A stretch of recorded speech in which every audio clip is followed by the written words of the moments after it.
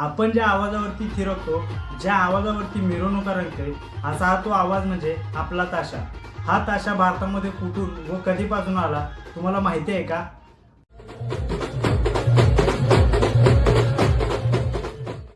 नमस्कार मित्रांनो, मी किरण नायवळ. स्वागत आहे तुमचं आपल्या वाजंत्री बुकिंगवरती. भारतात बँजो बँडमध्ये वाजंत्री स्टाईलमध्ये ताशाचा वापर सुमारे 1980 ते 90च्या दशकामध्ये वाढायला मोठ्या प्रमाणात सुरुवात झाली. आधी पारंपरिक बँजोमध्ये ढोल, झांज, ट्रम्पेट, क्लॅरिनेट अशा प्रकारची वाद्ये असायची. नंतरच्या काळामध्ये पुणे आणि मुंबई परिसरात गणेश उत्सवात ढोल ताशा पथक प्रसिद्ध झाले आणि तिथूनच बँजोमध्ये ताशा एंटर झाला. आजकाल जवळपास प्रत्येक बँजोमध्ये ताशा हा मेन रिदमचे इन्स्ट्रुमेंट बनला आहे.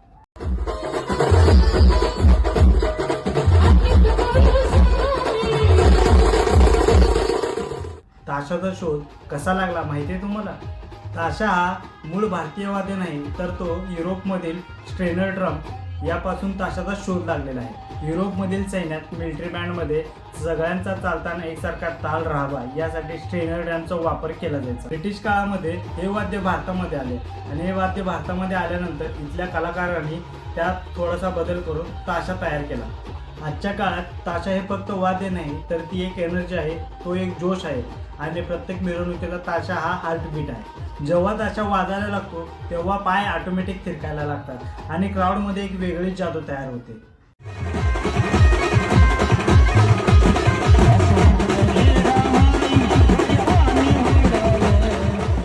बँजोमध्ये ताशा का महत्त्वाचा आहे? बँजोमध्ये ताशा बीट आणि एनर्जी वाढते आणि क्राऊडला अट्रॅक्ट करतो. परफॉर्मन्सला पॉवरफुल असा फील देतो.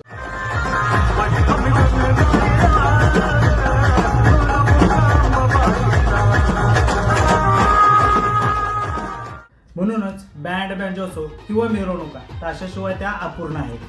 ताशाविषयी माहिती तुम्हाला कशी वाटली ते आपल्याला कमेंट करून सांगा आणि आपल्या इंस्टाग्राम पेजला फॉलो करा आणि आपल्या वाजंत्री बुकिंग या यूट्यूब चॅनलला सबस्क्राईब करायला विसरू नका. जय महाराष्ट्र.